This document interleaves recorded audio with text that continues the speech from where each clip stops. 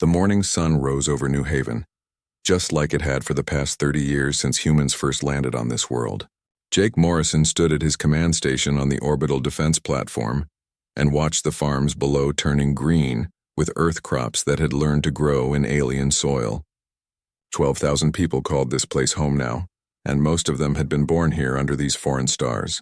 3 generations of children had played in those streets and learned to walk under a sky that was just a little more purple than the one their ancestors knew. Jake had been stationed here for 5 years and he loved every minute of it. The defense platform was old, and the weapons were outdated, but nobody really thought they would ever need them. Humanity had been reaching out to the stars for decades, and they had found nothing but empty worlds and silent space. The universe seemed peaceful, and New Haven was proof that humans could build something beautiful far from Earth. Lisa Brennan was bringing her transport ship into orbit when her sensors started screaming. She had been flying the Horizon's call for 8 years, and she knew every sound her ship made. But this was new, and it was wrong. Her screen showed something massive coming out of faster-than-light travel at the edge of the system. She opened a channel to Jake's platform, and her voice was shaking when she spoke. The ships that appeared were like nothing in any human database. They were dark red and shaped like blades, and there were dozens of them. Jake saw them on his screens and felt his stomach drop. He had spent years training for first contact scenarios, and every single one of them started with communication and peaceful protocols. He sent out greetings in every language Earth had programmed into the automated systems. He broadcast humanity's intentions for peace and friendship. The red ships did not respond. Governor Paul Henderson was in his office reviewing farming reports when Jake's emergency signal came through. Paul had built New Haven from nothing more than prefabricated shelters and hope. He had married couples and delivered babies and signed off on the construction of schools and hospitals. The idea that someone would come here to hurt his people seemed impossible. He activated the colony-wide alert system, but he told Jake to hold fire. Maybe this was a misunderstanding. Maybe these aliens just needed time to respond. The Rekath opened fire without warning. Their weapons were not lasers or missiles or anything human militaries had ever imagined. The beams that came from their ships unmade matter at the molecular level. They did not explode things or burn them.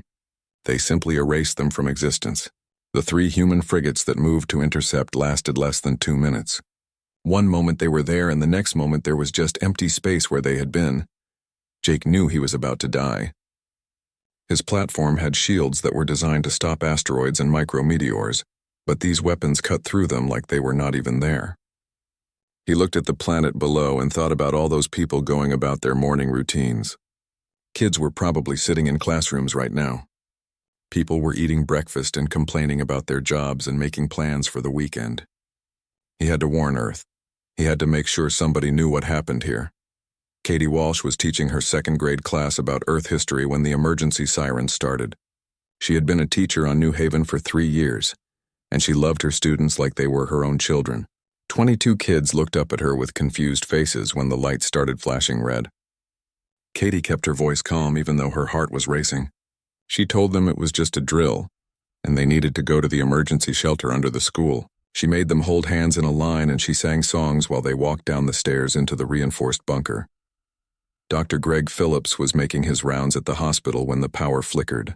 He had delivered half the babies in New Haven and patched up countless injuries from farming accidents and construction mishaps. The hospital had 200 beds, and most of them were full right now with routine cases, broken bones and infections, and people recovering from surgery. He started organizing the nurses to move patients to the lower levels, but he knew in his gut that it would not matter. The emergency broadcast was saying something about hostile ships, but the words did not make sense. Jake's platform was coming apart around him. Whole sections were just vanishing as the Frekath weapons touched them. His crew of 40 people were dying, and he could not save any of them. He reached the data capsule launch bay and manually loaded in everything his computers had recorded. Every sensor reading and every tactical scan. He encrypted it with quantum keys that only Earth military computers could break. His hands were steady as he programmed the capsule to jump to faster than light speed the moment it cleared the platform. The Vrekath weapons were hitting the planet now. Katie held her students in the shelter and sang louder to cover the sounds of the bombardment above. The children pressed against her, and she stroked their hair and told them everything would be okay, even though she knew it was a lie. The shelter walls were shaking and dust was falling from the ceiling. One little girl asked if her mommy was safe, and Katie said yes, because what else could she say? Jake recorded his final message while fire and vacuum consumed his station around him. His voice was clear and calm and full of rage. He said to tell Earth what they did here. He said to make them pay. He hit the launch button, and the data capsule shot away from the dying platform at impossible speed. 30 seconds later, the platform ceased to exist, and Jake Morrison died without even feeling it. The Frekath did not just destroy New Haven, they cracked the planet itself with weapons that reached down into the crust and tore it apart from the inside. The world that had taken 30 years to build took 12 minutes to die. Katie and her students were gone. Dr. Phillips and his patients were gone. Governor Henderson and his dreams of a peaceful colony were gone. 12,000 people stopped existing, and the Rekath fleet watched it happen with cold satisfaction. The aliens left after they confirmed there was nothing alive remaining in the system. They had sent humanity a message about strength and weakness and territory. They believed humans would understand their place now. They believed this small act of extermination would make humanity afraid. They jumped back into faster-than-light travel and headed home to report their success. The data capsule reached Earth 3 weeks later, traveling faster than any ship humanity had ever built. It carried Jake Morrison's final words and the complete record of how New Haven died. It carried sensor data about the Rekath ships and their impossible weapons. It carried the last moments of 12,000 human lives. The capsule was received by military computers at Earth's defense headquarters, and its contents were immediately flagged as Priority Alpha. Within 1 hour, every government on Earth knew what had happened. Within 6 hours, emergency sessions were being called. Within 12 hours, humanity's response was already being planned. The Frekath thought they had taught humanity a lesson about power. They were right, but not in the way they imagined. They had taught humanity that the galaxy was not safe, and that peaceful intentions meant nothing to those willing to commit genocide. They had taught humanity that some species only understood one language. Humanity was about to respond in terms the Rekath would understand perfectly. The data capsule sat in a secure facility, and its contents were analyzed by thousands of military minds. Every weapon signature was studied. Every tactical mistake the Rekath made was noted. Every weakness in their formations was identified and catalogued. Earth's shipyards began working around the clock, and soldiers began training for scenarios they had hoped would never happen. 3 weeks after New Haven died, the Frekath were still celebrating their easy victory. They had no idea that the humans were coming. They had no idea what humanity was capable of when pushed beyond all limits. They had no idea that they had just signed their own civilization's death warrant. The galaxy was about to learn what happened when you killed human children and thought there would be no consequences. Admiral Richard Cole received the data capsule in the war room beneath Geneva, and his world changed in the time it took to watch Jake Morrison's final transmission. Richard had served in Earth's military for 35 years, and he had seen combat in the Resource Wars and the Mars Independence conflict, but nothing had prepared him for this. He watched New Haven die on a dozen screens at once, and his hands gripped the edge of the console so hard his knuckles turned white. When the footage ended, he stood in silence for a full minute before he spoke to anyone. President Helen Carter was in her residence when the call came through at 3 a.m. She listened to Richard's summary without interrupting, and then she asked him to send her everything. She sat in her office for 2 hours watching the recordings from every angle and reading the tactical analysis, and when the sun came up she had not moved from her chair. Her assistant brought coffee, but it sat untouched and grew cold. Helen had been elected on a platform of peaceful expansion and scientific discovery, but that version of the universe had just died with 12,000 colonists. The emergency session of the unified Earth Council convened 8 hours after the capsule arrived. Representatives from every nation and every major colony gathered in the chamber that had been built to handle disputes about mining rights and trade agreements. The chamber fell silent when the screens lit up with footage from New Haven. Ambassador Frank Lou from the Pacific Coalition watched a building full of children vanish from existence, and he felt something break inside him. He had spent 20 years arguing for diplomatic solutions and peaceful coexistence, but what diplomacy could answer this? Dr. Amy Lawson ran the Xenological Institute, and she had spent her entire career preparing humanity for first contact with alien intelligence. She had written papers about communication protocols and cultural exchange and mutual benefit.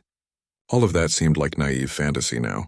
She studied the Vrekath weapon signatures and ship designs, and what she found terrified her more than the attack itself. The Vrekath had not stumbled onto New Haven by accident. Their approach vector showed they had known exactly where the colony was, and their attack pattern showed they had planned this. They had deliberately chosen to kill 12,000 humans as their introduction to Earth. Admiral Cole stood before the council and laid out the military situation in terms everyone could understand. Humanity had been exploring space for decades, but they had always maintained a defensive posture. The ships they built were designed to protect colonies and transport goods and defend against pirates or accidents. What they did not have was an offensive fleet capable of projecting power across interstellar distances. What they did not have was weapons designed to fight a war of extermination. He paused and let that sink in before he continued. What they did have was the industrial capacity to build those things and the technical knowledge to make them devastating. President Carter called for a vote on protocol. Nightfall and every hand in the chamber went up. The protocol had been written 50 years ago by people who understood that humanity's violent history might repeat itself among the stars. It was simple and terrible in its clarity. If humanity faced genocide or existential threat, then every limitation on military development would be removed. Every weapon that had been banned by treaty could be built.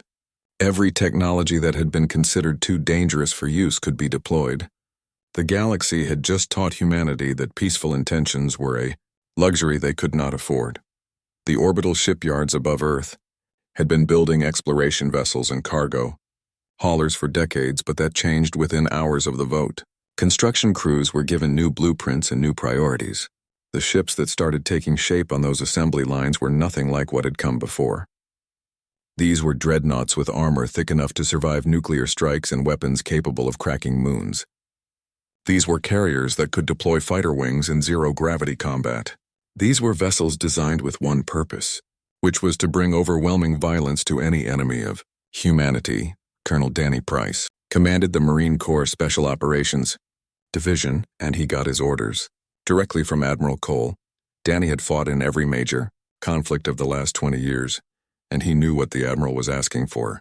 He needed 5,000 soldiers who could board enemy ships in the middle of combat and fight room to room in zero gravity. He needed people who would not hesitate when facing something that was not human. He needed the kind of warriors that humanity had been producing since they first picked up rocks and decided to defend their caves. Danny started making calls to veterans across Earth and the colonies, and every single one of them volunteered within minutes of hearing what happened at New Haven. The training began immediately in facilities that had been built for peacetime exercises but were now repurposed for war. Danny's Marines practiced breaching alien hull materials and fighting in corridors that might have different gravity or atmosphere. They trained with weapons that could kill without decompressing a ship, and tactics that assumed the enemy would be stronger or faster or more numerous. They trained until their bodies moved on instinct, and their teams operated like single organisms. Every one of them understood what they were preparing for, and not a single soldier complained about the brutal schedule. Meanwhile, at the Prometheus research station in the asteroid belt, something else was happening that most of Earth did not know about.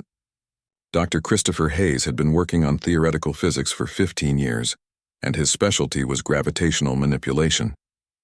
His team had published papers about using focused gravity waves for propulsion and mining and construction. What they had not published was the research into weaponizing those same principles. Chris had argued against it for years, but he had kept the data just in case humanity ever needed it. Now Admiral Cole was standing in his laboratory asking him to build something that existed only in mathematics and simulations. Chris explained the theory while his hands shook with equal parts excitement and horror. A star was just a massive fusion reaction held together by its own gravity. The balance between the inward pull of gravity and the outward pressure of fusion was delicate. If you could disrupt that balance with precisely calibrated gravitational waves, you could make a star unstable. You could make it burn faster and hotter until it tore itself apart. Chris had never tested it because the energy requirements were enormous and the ethical implications were staggering. Admiral Cole asked him how long it would take to build a working prototype.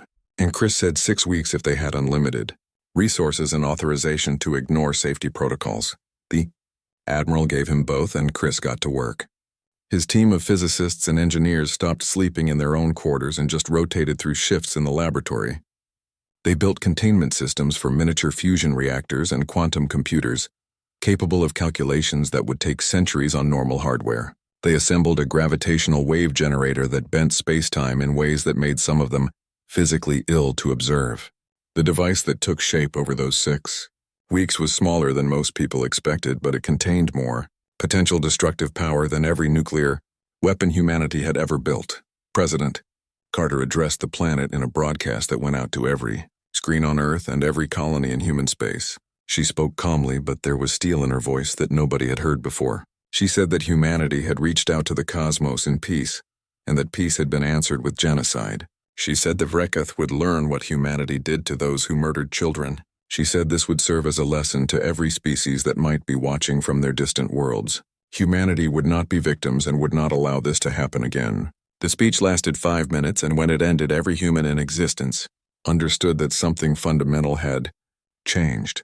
The fleet began assembling in orbit around Earth, and it was the most powerful force humanity had ever created. 67 warships ranging from fast destroyers to massive dreadnoughts that were 3 kilometers long. Each ship was crewed by volunteers who understood they might not come home. Each weapon system was tested and retested until the crews could operate them blind. Admiral Cole took command of the fleet from the bridge of the dreadnought Retribution, and he looked out at the assembled might of humanity with grim satisfaction. This was not the fleet he had wanted to build, but it was the fleet the galaxy had forced them to create. Behind the main fleet, moving in complete stealth, was the science vessel Acheron. Dr. Hayes and his team had installed their prototype weapon in the ship's cargo bay, and they were still running simulations on the flight out. Captain Nicole Shaw commanded the Acheron, and she understood that her ship carried the most terrible weapon humanity had ever conceived. She kept her crew focused on their jobs and did not let them think too hard about what they might be ordered to do. Some knowledge was too heavy to carry while still remaining functional. The fleet spent 9 weeks in faster-than-light travel heading toward Vrekath space, and every day Admiral Cole drilled them harder.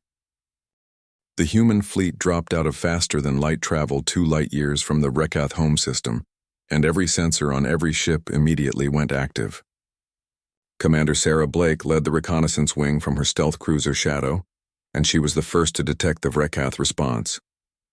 Their entire home defense fleet was assembling in a sphere formation around their primary world, 140 warships arranged in a pattern that had apparently never been broken in their military history. Sarah sent the tactical data back to Admiral Cole and added her own analysis. The Vrekath were fighting like they had won every previous battle by using superior numbers and defensive positions. Admiral Cole studied the enemy formation on the main display of the Retribution, and he almost smiled. The Vrekath had twice as many ships as humanity, but they were thinking in terms of traditional naval warfare. They expected the human fleet to come straight at them and try to break through their lines by force. They had positioned their heaviest ships at the most likely approach vectors, and their lighter vessels filled the gaps. It was a formation designed to absorb an attack and then crush the attackers with overwhelming firepower. It would have worked perfectly against any enemy that fought fair. Humanity had stopped fighting fair roughly 10,000 years ago. Lieutenant Marcus Webb was Admiral Cole's tactical officer, and he had spent the entire 9-week journey studying every battle the Vrekath had ever fought based on the intelligence data Earth had gathered. The Vrekath always used the same strategies because those strategies had always worked. They relied on their superior technology and numerical advantage, and they had never faced an enemy that adapted or improvised. Marcus highlighted 7 weak points in their formation and sent the attack plan to every ship captain in the human fleet. The human fleet split into 7 groups as they entered the Vrekath system, and each group went to maximum acceleration on different vectors.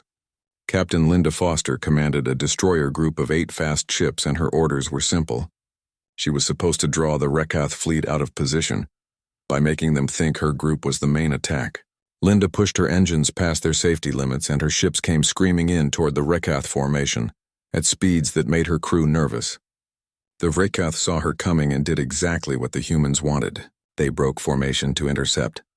Linda's destroyers opened fire at maximum range with missiles that carried nuclear warheads, and the Rekath point defense systems shot most of them down before they could hit. That was fine because the missiles were just a distraction. While the Rekath were focused on the incoming weapons, Linda's ships curved away on an escape vector that took them through the thickest part of the enemy formation. The Rekath heavy cruisers opened fire and Linda lost 4 ships in the first 30 seconds. Her destroyer took a direct hit that vaporized the entire port side and killed half her crew, but the ship stayed together long enough for her to complete the maneuver. She had led the Rekath fleet exactly where Admiral Cole needed them. That was when the trap sprung. Thousands of automated weapons platforms that had been deployed weeks ago by stealth drones suddenly activated throughout the system. They had been floating in the dark, running on minimal power, and the Rekath sensors had never detected them. Now they lit up with targeting systems and fired simultaneously. Nuclear-pumped laser arrays that had been banned by 3 separate Earth treaties cut through the Rekath formation from every angle. The platforms were not sophisticated, and they could only fire once before burning out, but they did not need to do more than that. They targeted engine sections and power cores with precision that only automated systems could achieve. The Rekath fleet lost cohesion in seconds. Ships that had been in perfect defensive positions suddenly found themselves crippled and drifting. Their formation that had seemed impenetrable dissolved into chaos as captains tried to respond to threats coming from every direction at once. That was when the rest of the human fleet arrived and the real battle began. Admiral Cole brought the Retribution and the heavy cruisers in from above the orbital plane, where the Rekath had not been watching. His dreadnought was 3 times the size of the largest Rekath ship, and it carried weapons that humanity had built specifically for this fight.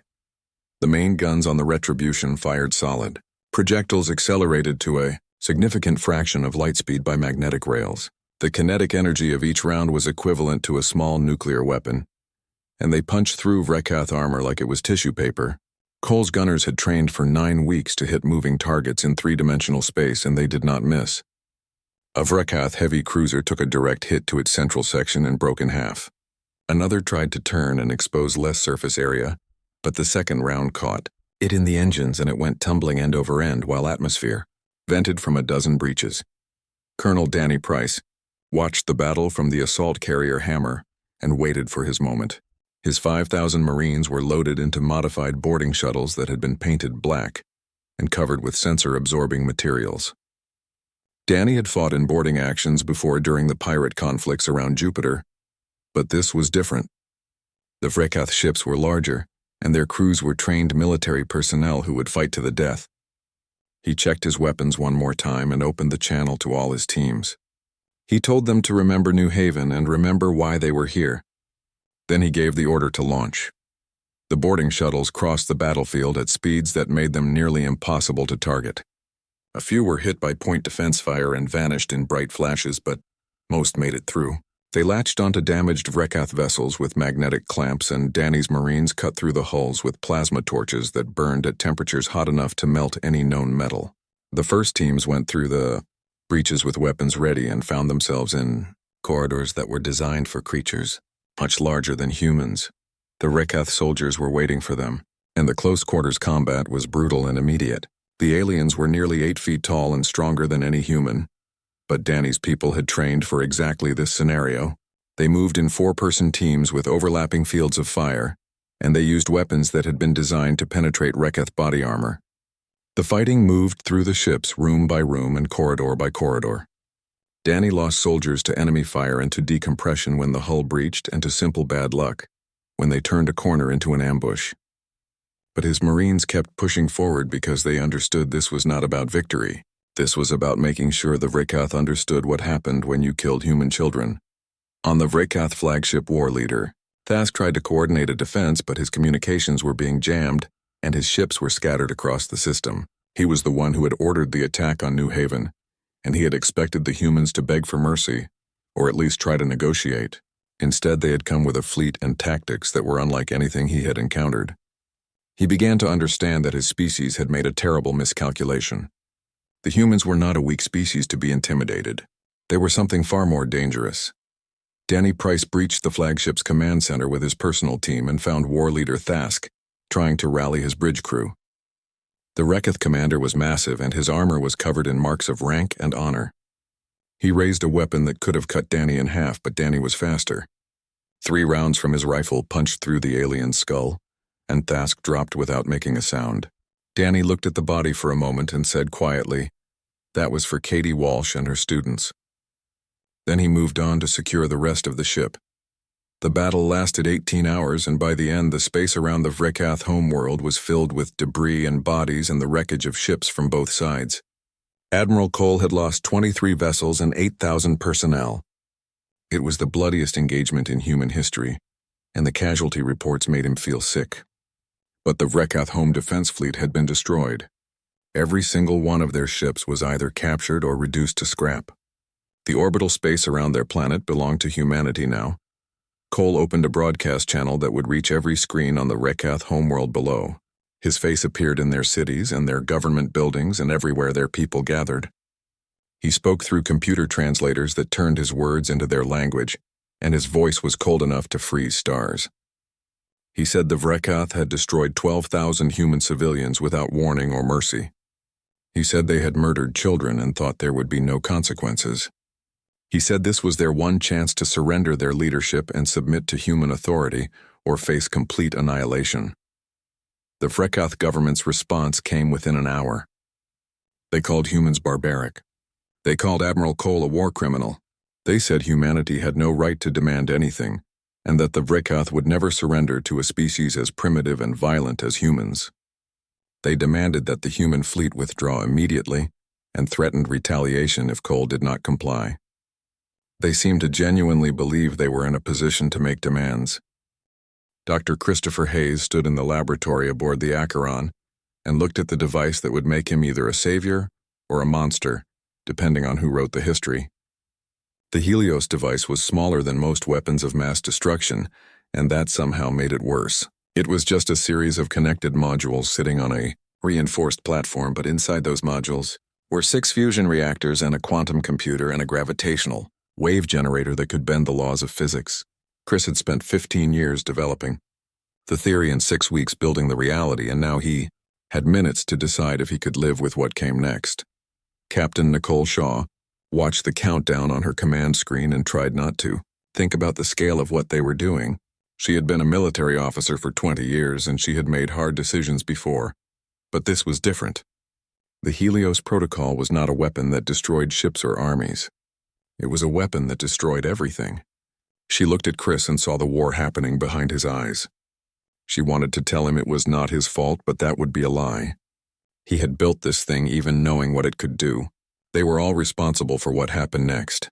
Chris entered the activation sequence, and the device hummed to life with a sound that made everyone in the lab feel sick. The fusion reactors spun up to full power and fed energy into the quantum computer, which began calculations so complex that watching the readouts made some of the technicians dizzy. The gravitational wave generator started to charge, and the air in the laboratory felt wrong, like space itself was being twisted into shapes it was not meant to hold. Warning lights flashed across every console, but all the readings were within acceptable parameters. The weapon was working exactly as designed, and that terrified Chris more than if it had malfunctioned. The beam that emerged from the Helios device was invisible to every sensor humanity possessed. It was not made of light or particles or radiation. It was focused, gravity-twisted, and compressed and aimed like a bullet. The beam crossed the star system at the speed of causality itself, and nothing could stop it or deflect it or even detect it until it was too late. It took 8 minutes to reach the Vrekath sun, because that was how long light took to travel that distance. In those 8 minutes, Admiral Cole ordered every human ship to go to maximum faster than light speed and evacuate to the outer system. Every captain understood what that order meant. The Vrekath on their homeworld watched the human fleet retreat and thought they had won. Their government broadcast messages of victory and claimed they had driven the humans away through superior resolve. Their military commanders congratulated themselves on standing firm against the invaders. Their scientists detected some unusual readings from their sun, but nothing that seemed immediately threatening. They thought the danger was over, and they thought their defiance had saved them. They were wrong about everything. The gravitational beam hit the Vrekath sun and penetrated deep into its core, where hydrogen atoms had been fusing into helium for billions of years. The beam disrupted the careful balance between gravity pulling inward and fusion pressure pushing outward. Nuclear reactions that had been stable since before the Vrekath evolved suddenly became chaotic. The core temperature spiked by millions of degrees in seconds. The fusion rate increased exponentially, and the star began burning fuel thousands of times faster than normal. The outer layers of the sun started to expand as the internal pressure grew beyond what gravity could contain. On the surface of the Vrekath homeworld, people looked up at their sun and saw it changing. The yellow star they had known their entire lives was growing visibly larger and turning orange. Then it turned red and the temperature on the planet started rising. At first it was just uncomfortable. Then it became dangerous. Then it became lethal. The Vrekath government finally understood what was happening, and they broadcast desperate messages to the human fleet. They offered complete surrender and reparations and anything humanity wanted. They begged for mercy and for someone to make it stop. Admiral Cole listened to their pleas from the bridge of the Retribution as his fleet raced away from the expanding disaster. His executive officer asked if they should respond, and Cole said no. He thought about Jake Morrison dying on his platform while trying to save people who could not be saved. He thought about Katie Walsh holding her students while fire rained from the sky. He thought about 12,000 people who had been given no chance to surrender and no opportunity to beg. The Vrekath had made their choice when they attacked New Haven without warning. Now they would live with the consequences, except they would not live at all. The Vrekath sun went nova, 6 hours after the Helios Protocol activated. The star that had warmed their world for millions of years exploded with the force of 1 billion nuclear weapons. The outer layers of the sun blasted outward at a significant fraction of light speed and became an expanding wall of superheated plasma. The light from the explosion was bright enough to be visible from 1,000 light-years away. Anyone looking at that region of space would see a new star appear and then slowly fade over the following months. The Vrekath homeworld died first because it was closest to the sun. The atmosphere was stripped away in seconds by radiation and stellar wind. The oceans boiled into steam, and then the steam was blown into space. The surface melted into lakes of molten rock, and then even the rock began to vaporize. Everything that the Vrekath had built over 10,000 years of civilization turned to plasma and ash. Every city and every monument and every work of art, every library and every school and every home. Billions of Vrekath died without time to understand what was happening. They simply ceased to exist as the expanding wave of stellar matter consumed their world. The 4 colony worlds in the outer system lasted a few minutes longer, but the result was the same. The expanding shell of plasma reached them and erased them just as thoroughly. Space stations and orbital facilities were vaporized. Ships that tried to escape were caught and destroyed. The Vrekath civilization that had existed for thousands of years was gone in less than an hour.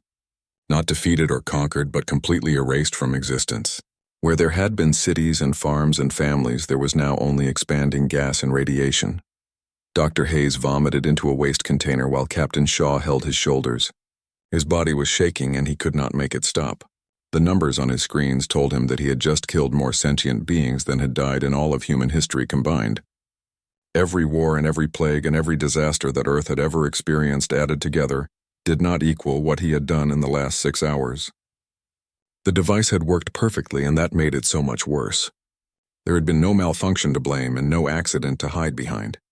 He had built a weapon to kill a star, and he had activated it, and now billions were dead.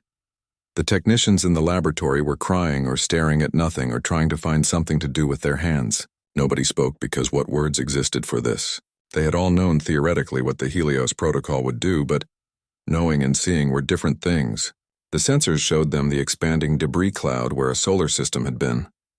The computers calculated the death toll and displayed it on screens that nobody wanted to look at. They had committed genocide in response to genocide, and the mathematics said it was justified, but mathematics did not have to live with the nightmares. Admiral Cole recorded a message, while his fleet maintained its course away from the destruction. He stood in front of a camera in his dress uniform, and his face showed no emotion at all. He stated the facts without embellishment or apology. The Vrekath had committed genocide against human civilians. They had refused all opportunities for surrender. Humanity had responded with overwhelming force. The Vrekath civilization no longer existed. He said this was the consequence for attacking humanity, and it would serve as a lesson to every species in the galaxy. Any civilization that committed genocide against humans would face total extinction. There would be no negotiation and no mercy. The message was broadcast on every frequency and every language humanity had encountered. It reached monitoring stations and relay satellites and deep space probes. Within days, every spacefaring civilization in the galaxy would receive it. They would see the recordings of what happened to the Vrekath sun. They would see the before and after images of a thriving solar system turned to expanding gas. They would understand that humanity possessed both the capability and the willingness to erase entire species from existence. The message ended with coordinates for the expanding debris field, so anyone who doubted could go and verify for themselves. The human fleet began its long journey home and nobody celebrated. They had won the most complete victory possible and it felt like losing. The ships were quiet and the crews went through their duties like machines. Admiral Cole walked through the retribution and saw the look in his people's eyes. They understood what they had participated in. They understood that humanity had crossed a line that could never be uncrossed. They had proven themselves to be the most dangerous species in the galaxy, and that knowledge would follow them forever. The news spread across the galaxy faster than the human fleet could travel home. Every civilization with radio telescopes had detected the Vrekath sun going nova, and the ones with faster-than-light communications received Admiral Cole's broadcast within days. The recording showed everything in detail that could not be denied or dismissed. A human colony destroyed without provocation, a military response that seemed conventional at first, then the star itself dying in ways that stars were not supposed to die. The message was clear, and it was heard by species that humanity had never encountered and did not know existed. The galactic community reacted in ways that humanity had not fully anticipated. The Zentari Collective was a federation of peaceful trading species that had maintained neutrality in every conflict for 3,000 years. They watched the recordings from the Vrekath system, and their High Council voted unanimously to sever all contact with humanity. Ambassador Diana Foster spent 6 months trying to rebuild that relationship and made almost no progress. The Zentari would not trade with a species that committed what they called stellar genocide. They would not negotiate or even acknowledge human communications. They simply closed their borders and pretended humanity did not exist. Other species had different reactions that were more complicated. The Kelrath had been conquered by the Vrekath 200 years ago, and they had spent those 2 centuries as a subject species. When they heard that the Vrekath were gone, they celebrated in ways that shocked human observers. Their government sent a delegation to Earth, led by an elderly female named Thera who had been born under Vrekath occupation. She met with President Helen Carter in private, and wept while thanking humanity for doing what the rest of the galaxy had been too afraid to do. She said the Vrekath had murdered billions of Kelrath over the years and nobody had stopped them because they were too powerful and too willing to use violence. President Carter accepted the thanks, but she did not feel good about it. She had authorized the Helios Protocol, and she would carry that decision for the rest of her life. She told Thera that humanity had not acted out of justice for other species.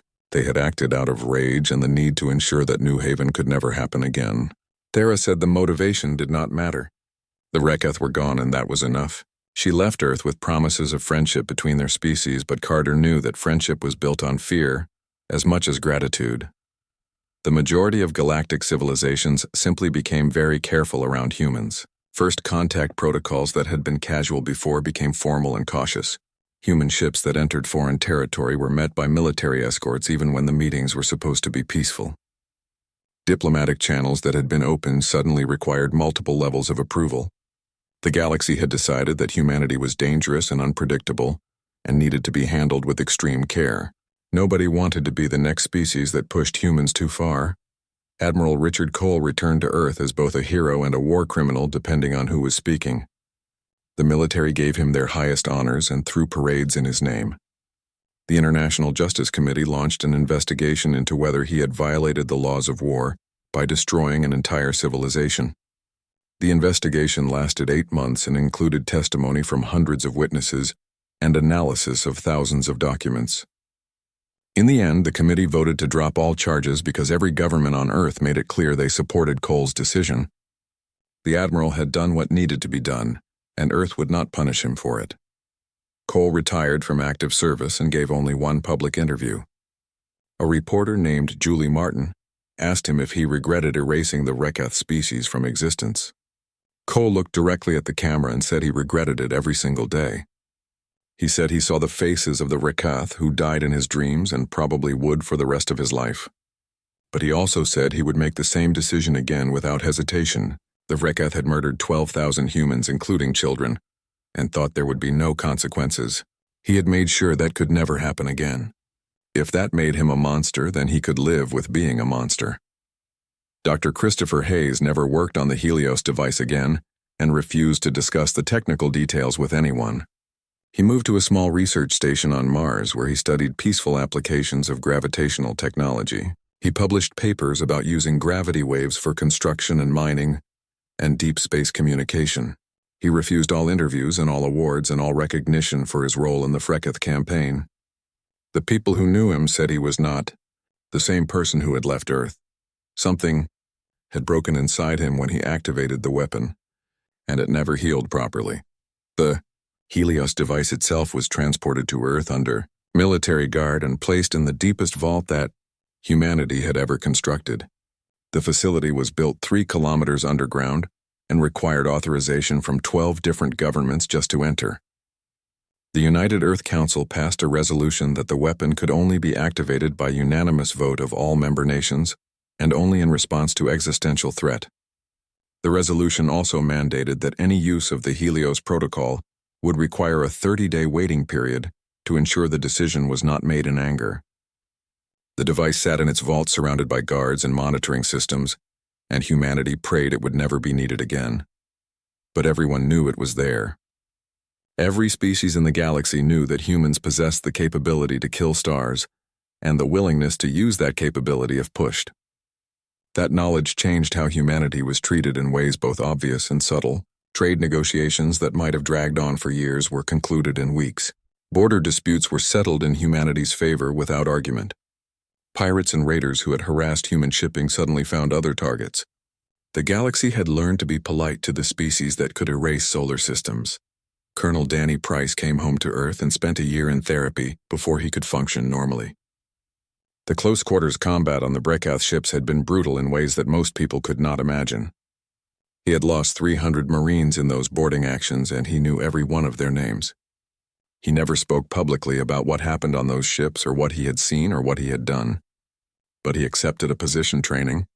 The next generation of Marines and his students learned to be efficient and ruthless when necessary, and absolutely committed to protecting human civilians above all else. The colonies reacted to New Haven's destruction with a mixture of grief and determination. Memorial services were held on every human world, and the names of all 12,000 victims were read aloud. Katie Walsh became the symbol of innocent lives lost. Her story was taught in schools and her picture appeared in museums. Children learned about the teacher who sang to her students while the world burned. They learned that she represented everything worth protecting and everything worth avenging. New Haven was never rebuilt, but the debris field where it had existed became a sacred site that no ship was allowed to enter without permission. Every colony received military protection after New Haven. Orbital defense platforms were upgraded with weapons that could fight off a major assault. Garrison forces were stationed on every world with more than 1,000 inhabitants. The exploration vessels that humanity sent into unknown space were accompanied by warships. The peaceful expansion that Earth had dreamed of continued, but now everyone understood it was an expansion backed by terrible power. Humanity would still seek out new worlds and new friends, but they would do so with their guns loaded and their defenses active.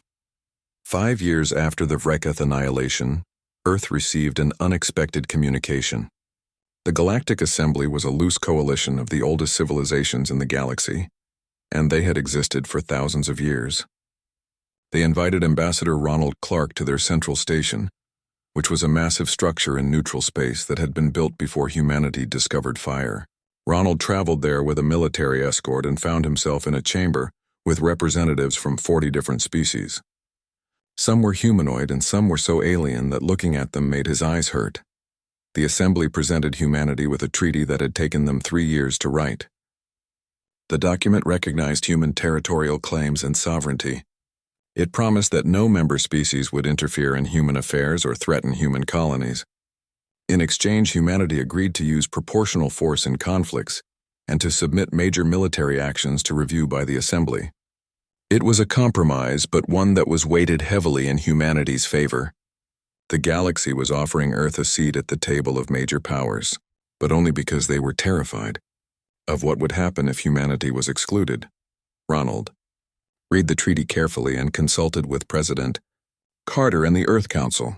After 2 weeks of negotiation over minor details, he signed the document on behalf of humanity. Earth officially joined the galactic community, but not as the hopeful explorers they had wanted to be. They joined as a military power to be respected and feared.